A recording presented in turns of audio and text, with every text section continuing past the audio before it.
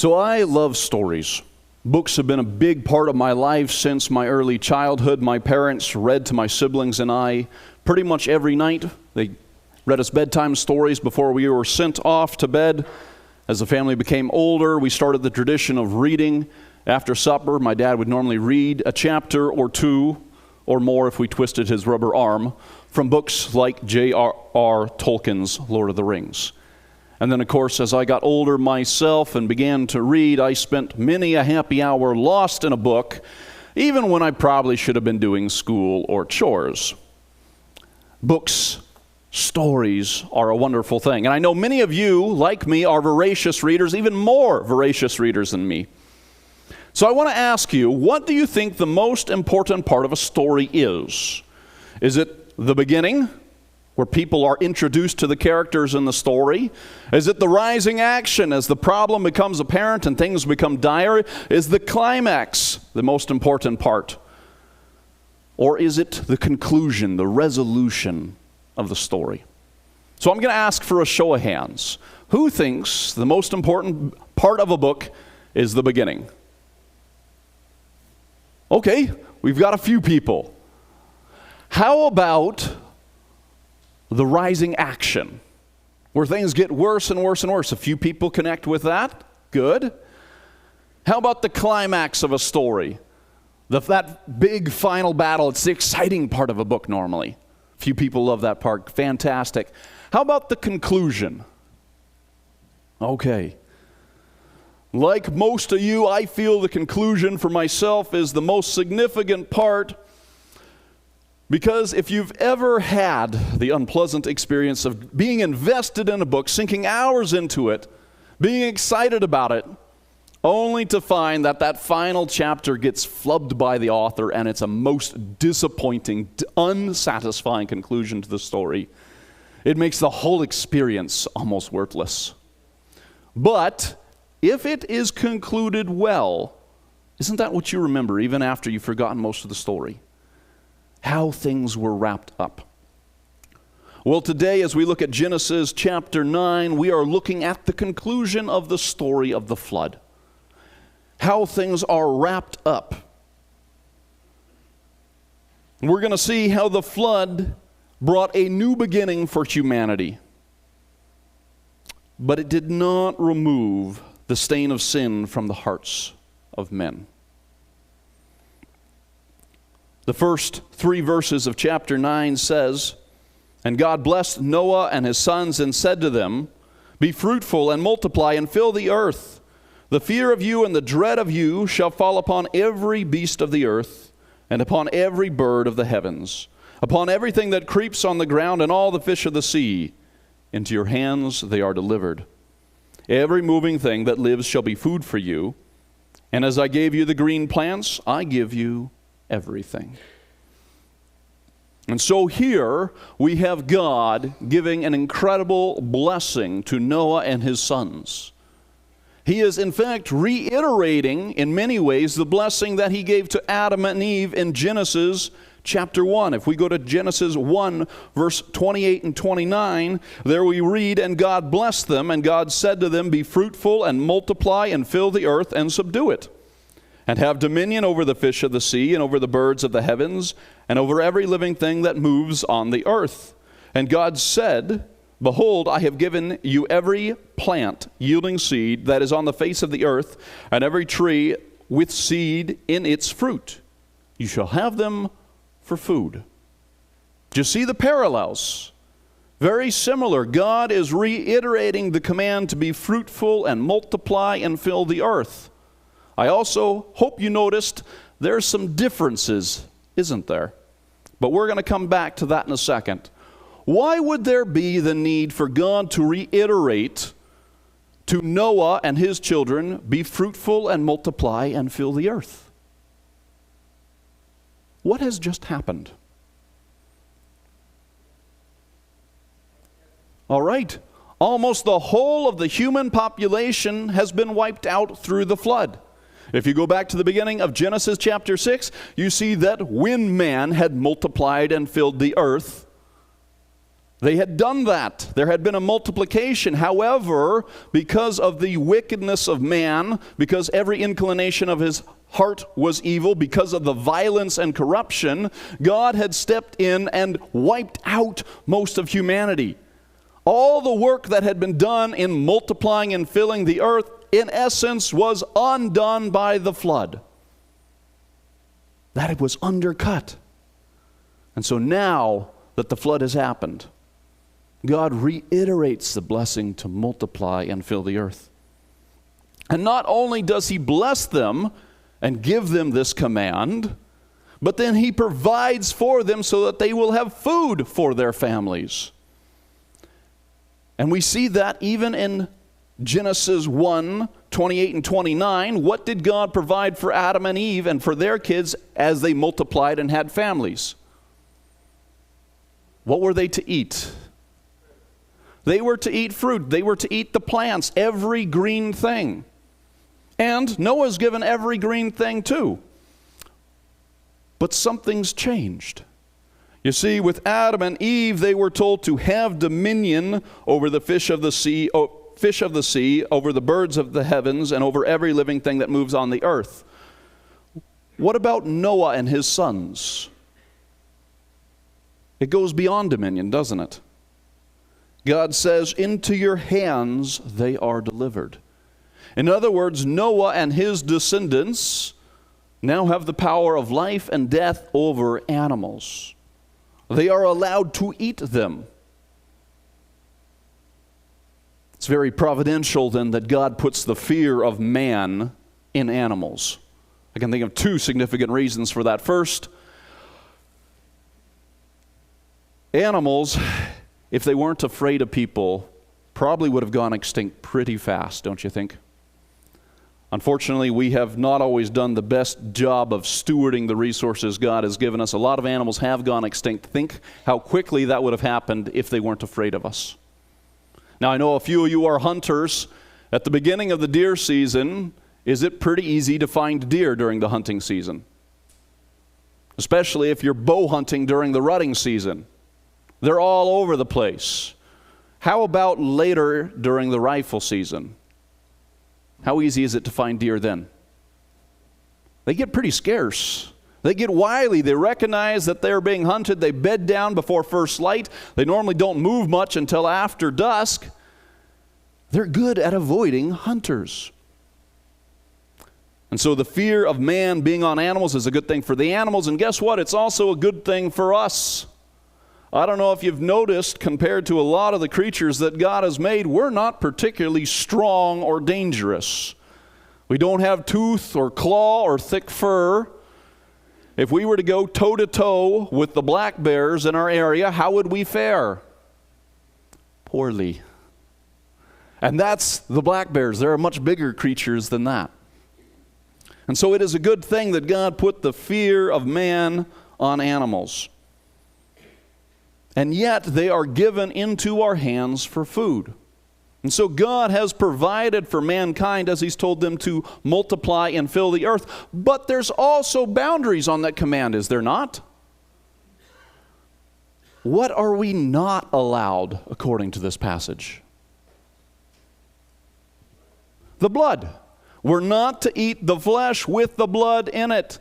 And God gives the reason for this. He says, it is the life that is the blood. And if you look in the Levitical law, after the Israelites went to Sinai, you find out that this was reiterated and clarified. Leviticus chapter 10, verse 8 and 9 says, I skipped a section. Leviticus 17, verses 10 through 14. And if you'll excuse me, my translation is a little bit different than that. But you all can follow along and get the gist. This is verses 10 through 14. Any Israelite or any alien living among them who eats any of the blood, I will set my face against that person who eats blood, and will cut him off from his people. For the life of the creature is in its blood, and I have given it to you to make atonement for yourselves on the altar. It is the blood that makes atonement for one's life. So it was used in the sacrificial system for atonement, but not for consumption. Therefore, I say to the Israelites, none of you may eat blood, nor may an alien living among you eat blood. Any Israelite or any alien living among you who hunts any animal or bird that may be eaten must drain out the blood and cover it with earth, because the life of the creature is its blood. That is why I've said to the Israelites, you may not eat the blood of any creature, because the life of every creature is its blood. Anyone who eats it must be cut off. And then in Deuteronomy chapter 12, verse 15 and 16, we find this. Nevertheless, you may slaughter your animals in any of your towns and eat as much of the meat as you want, as if it were gazelle or deer, according to the blessing the Lord your God gives you. Both the ceremonially unclean and clean may eat it, but you must not eat the blood. Pour it out on the ground like water. Interestingly enough, while the Israelites have that clarified and spelled out a little bit more clearly, the prohibition against consuming blood in meat actually happens before Sinai.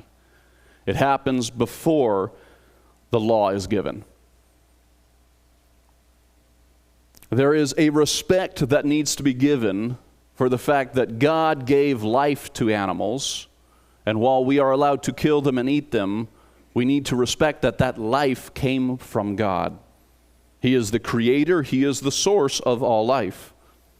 And so God has reiterated his blessing on Noah and his children. He's provided for them food, both meat and every green plant, with the stipulation they're not to eat the blood out of respect for the life. And then he also gives a little bit of an aside here. He sets a societal rule that also has much to say about the longevity of the human race. Verse 5 and 6 say, and for your lifeblood I will require a reckoning. From every beast I will require it, and from man. From his fellow man I will require a reckoning for the life of man. Whoever sheds the blood of man, by man shall his blood be shed. For God made man in his own image. And so here God makes it abundantly clear that murder is not okay. Now, murder happened before this. If you go back in the Bible, right after we find mankind's fall in that first family, tragically, Cain kills his brother Abel. And one of his descendants, Lamech, goes and murders two individuals for hurting him. And then if we look at the implications of what's said when violence had filled the earth, it would be a reasonable assumption to realize that people are murdering each other pre-flood. Here God makes it abundantly clear that is not to be the normative reality of human existence. This is not okay. And it fits within the bracket of God's blessing to multiply and fill the earth, because if we're killing one another all the time, are we going to multiply very well? No. And so God sets a standard for dealing with those who are murdering people. That is not allowed to continue on. And the reason for it is because people's lives are precious. And it's on the grounds of we are made in God's image. We bear his mark. And then verse 7, in essence, reiterates verse 1. Be fruitful and multiply, increase greatly on the earth and multiply on it. That's the brackets that this whole section fits in as God pronounces a blessing on Noah and his sons. So we see that God reiterates the blessing. And in the next section, we see that God reassures mankind. They had just gone through a cataclysmic event. The world had completely changed. And it would be easy to move into the future, not with certainty of God's goodness, but with fear. But God says this to them. Then God said to Noah and his sons with him, "Behold, I establish my covenant with you and your offspring after you, and with every living creature that is with you, the birds, the livestock, and every beast of the earth with you, as many as come out of the ark. It is for every beast on earth. I establish my covenant with you, that never again shall all flesh be cut off by the waters of the flood, and never again shall there be a flood to destroy the earth."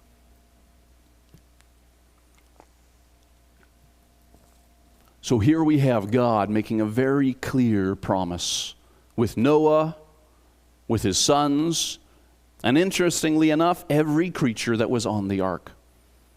That's a pretty big promise. And it's also very interesting to note that this covenant that God makes is a one-directional promise. It doesn't hinge on Noah and his sons or the animals at all. It is all dependent on God. It's so important to see that the promise, multiply and fill the earth, the blessing, multiply and fill the earth, came before the covenant. It was not a condition of it. In other words, God did not give his covenant and say, you get the protection from future floods if you multiply and fill the earth. Rather, everything simply depends on God and his goodness. And so God reassures them that the worldwide flood that wiped out most of humanity was a one-time event. It won't reoccur. This would be incredibly good news for Noah and his offspring. Otherwise, can you imagine the fear that they would have dealt with in day-to-day life when it rained? How triggering that would have been for them. And not only does God make this promise that there will never be again a global flood to judge humanity, he gives them a sign for it, a reminder. God says, starting in verse 13, "I have set my bow in the clouds, and it shall be a sign of the covenant between me and the earth. When I bring clouds over the earth, and the bow is seen in the clouds, I will remember my covenant that is between me and you and every living creature of all flesh.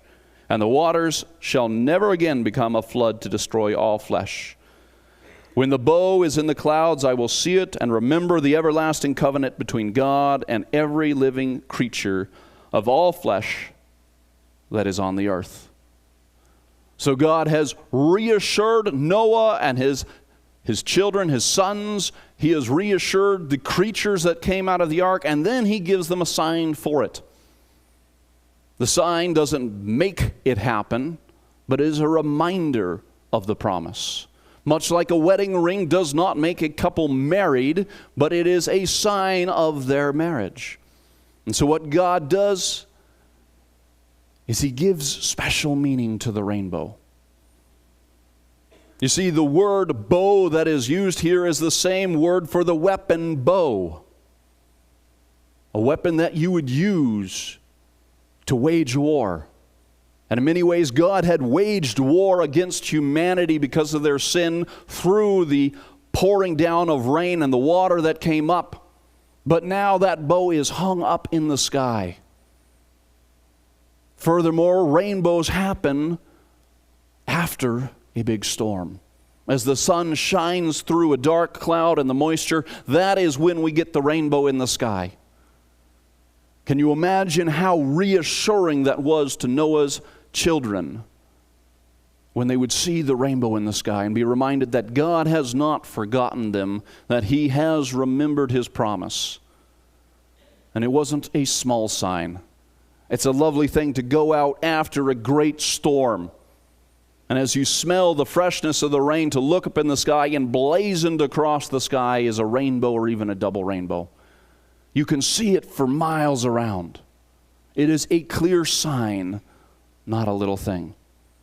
In this passage, we see that God is oh so good to humanity. That He has indeed given a fresh start to them after the flood. Yet, as I said earlier, we will see very soon that sin still lurks in the heart of man. For after this, we get this rather odd account. We're told that Noah began to be a man of the soil and he planted a vineyard. Pretty normal so far. In fact, interesting to see that now he is able to plant and cultivate things. He is not just a forager, but he is tending a vineyard. Verse 21 says, he drank of the wine and became drunk and lay uncovered in his tent. And so now things start to go off the rails a bit. Not that he made wine.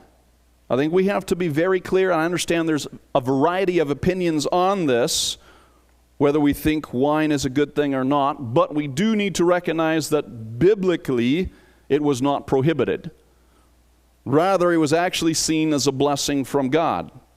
Psalm 104, verses 14 and 15 says this, you cause the grass to grow for the livestock and plants for men to cultivate. That's what Noah just did. That he may bring forth food from the earth, and wine to gladden the hearts of man, oil to make his face shine, and bread to strengthen man's hearts. So we see there that God causing plants to grow produces blessing. It produces food, it produces wine, oil, and bread. And in their proper place, these are a good thing for people. Not only that, but God made provisions for His people to actually purchase wine and liquor as they celebrate His goodness. In Deuteronomy chapter 14, verses 22 through 26, I'm going to summarize the first little bit there. But they were to tithe a portion of their produce and of their flocks.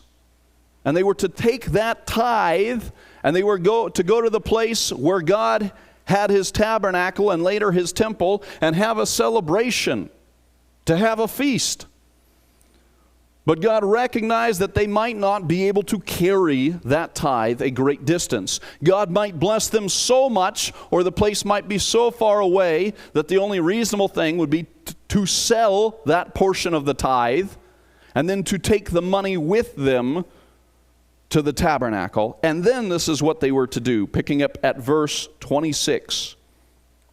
And spend the money for whatever you desire, oxen or sheep or wine or strong drink, whatever your appetite craves.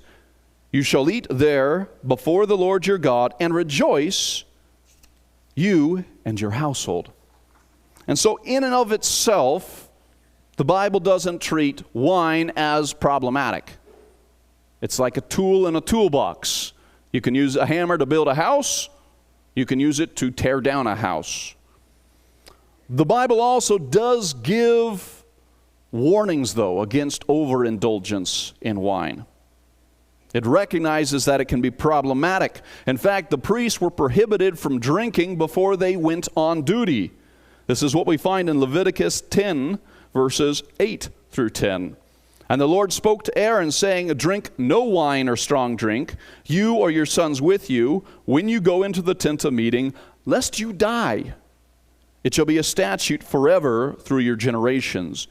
You are to distinguish between holy and common, between unclean and clean.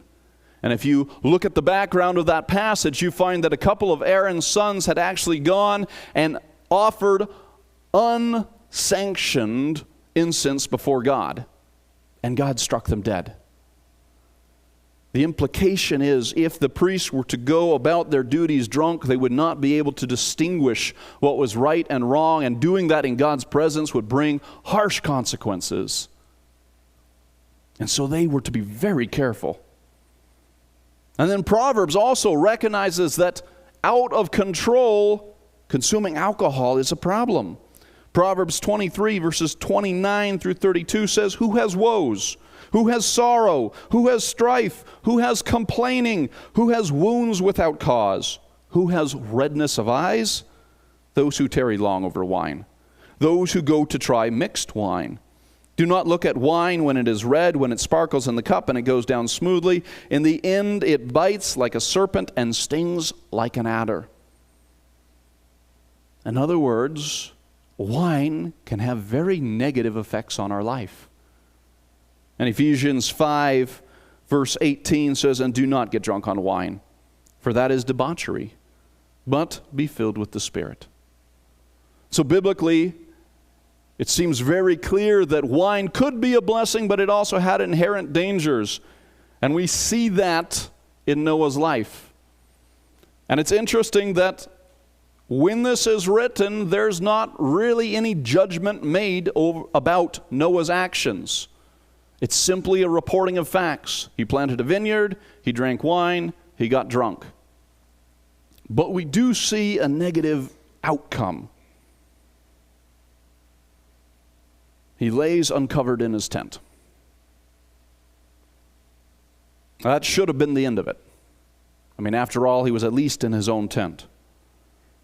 But sadly, something else happened. Verse 22 says, "And Ham, the father of Canaan, saw the nakedness of his father and told his brothers outside."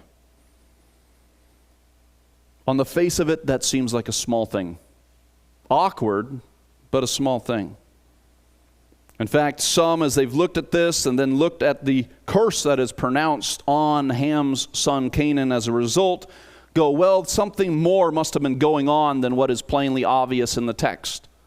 There are those who have speculated based on the phrase used here and connect it with other kind of sort of similar phrases, that maybe what was going on was some sort of abuse or maybe even sexual abuse. However, I think if we look at the actions of his other two brothers and how they rectify the situation, and when we remember that disrespect of your parents was a capital offense when we look at the Ten Commandments, you recognize that it doesn't have to be some sort of really gross, horrible thing that we could imagine up. Even what is here is of utmost seriousness. And to fully grasp that, we have to look at two words. What does it mean that he saw, and what does it mean that he told his brothers? You see, our English doesn't always give us the full range of a word in its original text. And so the word saw has within it the idea of gazing or staring. In other words, this wasn't a mere quick glance. He goes into the tent, he sees his father and goes, "Whoops, sorry, Dad," like we might do if we walked into a washroom in our house and found out that someone hadn't locked the door. Instead, there is a voyeuristic bent to what is going on here. There is a delighting in the humiliating state of his father. And it indicates something is off in his heart. And we see this even more when immediately he goes outside and tells his brothers. And that word told carries with it the idea of to declare, to announce, to expose. In other words, Ham didn't go out and tell Shem and Japheth because he wanted help covering up their dad. He goes out to intentionally humiliate his father.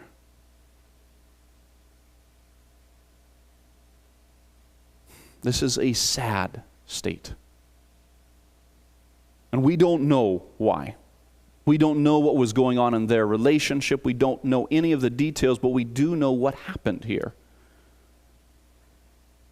That there was an incredible disrespect to Noah.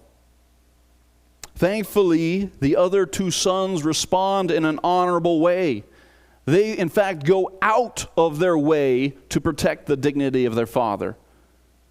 They put a cloak on their shoulders, they walk in backwards, they keep their heads turned so that they don't see the state of their dad.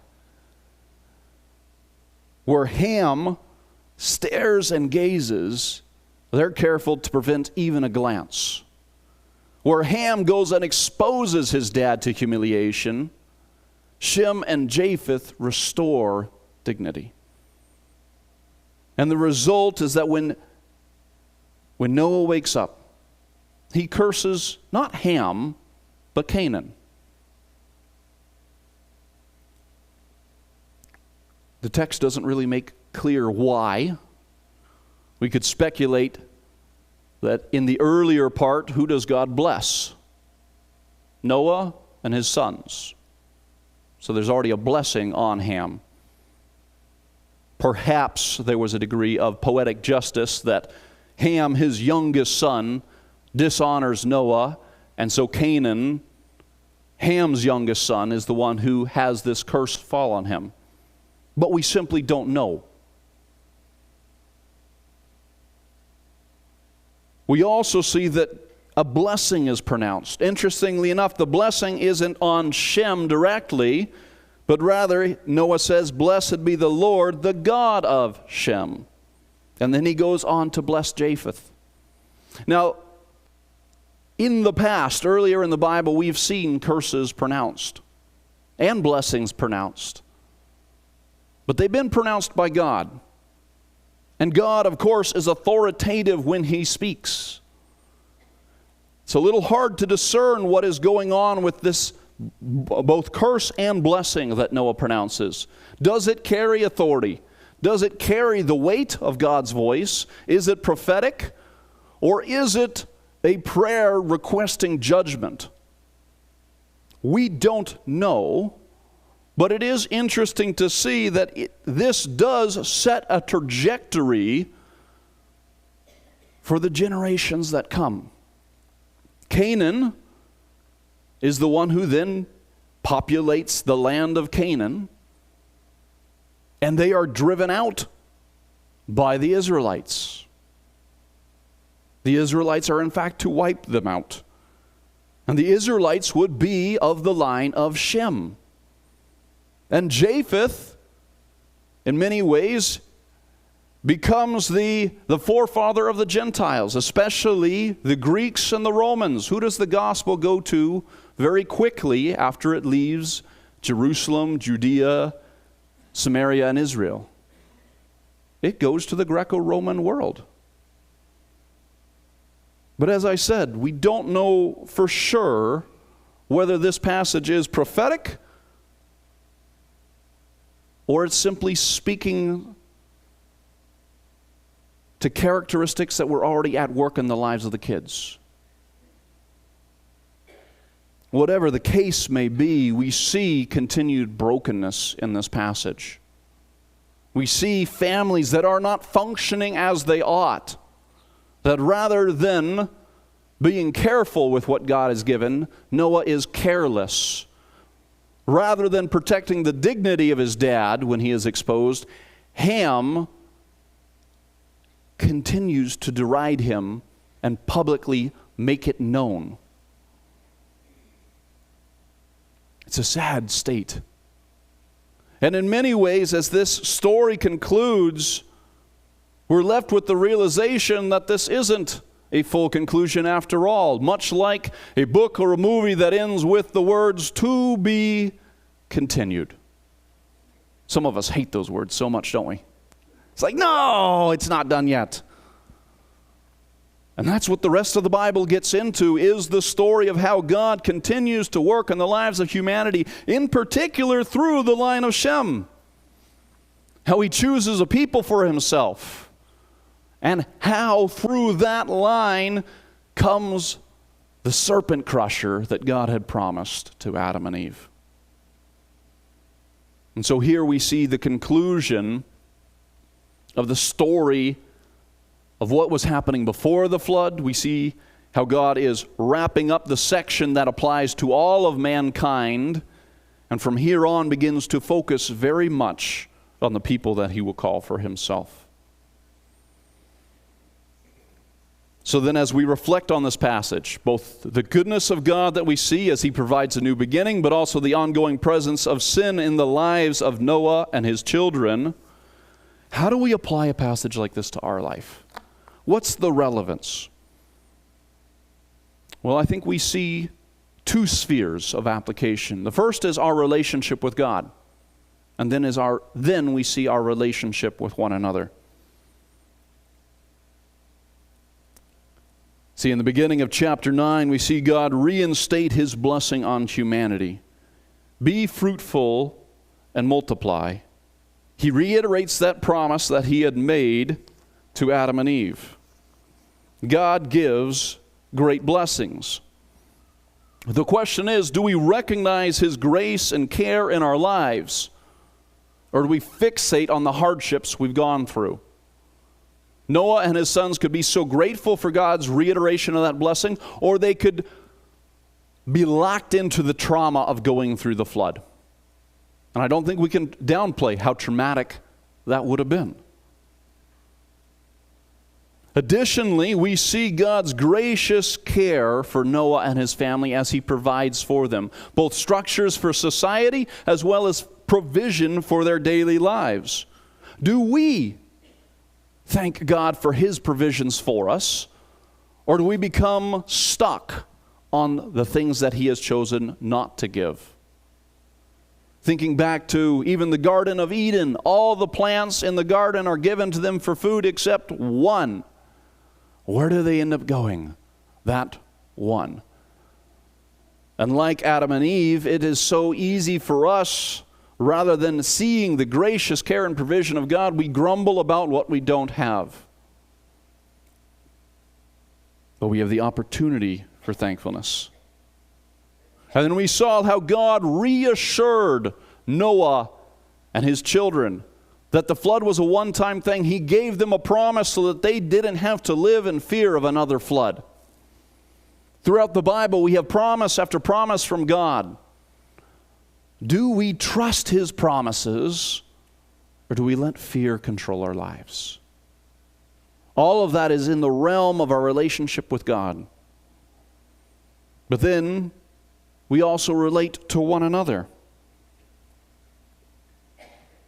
In that first section, where God says, "Whoever sheds the blood of man, by man shall his blood be shed, for God made man in His own image." It becomes abundantly clear that all life is sacred because we are made in the image of God as people. Do we value the lives of others, of all humanity, as being equally made in the image of God, or do we act as if some are more equal? We live in a culture that does that. The aged, the young, the infirm are treated as less than. Their life isn't valuable. But not so with God. And it should not be so with us. And then we have to recognize that as we relate to one another, we're still living in a sinful world. We're still sinful people. We fail and we mess up, just like Noah messed up. How do we respond to the sinful brokenness of others? Do we care for them? Do we seek to restore them, to restore their dignity? Or do we get out the popcorn to watch the train wreck and then gossip about it to our neighbor?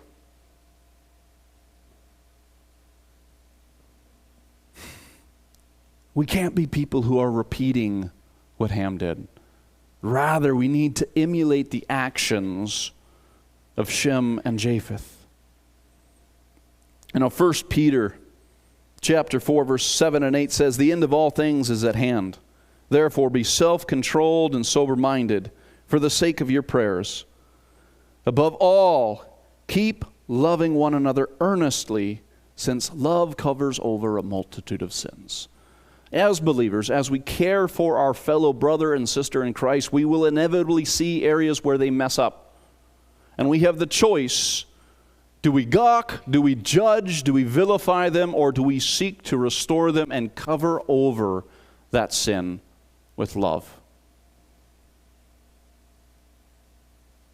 Like Noah and his kids, we live in a broken world. Yet God has been so good to them and so good to us. So let us be people who live in the goodness of God. Let's pray. Lord God, Thank you for how you are at work, that you have not given up on people back then and you have not given up on us now. Thank you that we have the opportunity to know your blessing, to know your provision, and to know your reassurance, even when it'd be so easy to be afraid. Help us to purposely live for you and to honor you not only in the way we relate to you, but also in the way we relate to others. May we be people who show our love for you by the way we treat one another, even in others' failings. So much so that, like Noah said, "Blessed be the God of Shem," may people, as they see the way that we love one another, may they say, "Blessed be the Lord, the God of Christians." And I ask this in Jesus' precious name. Amen.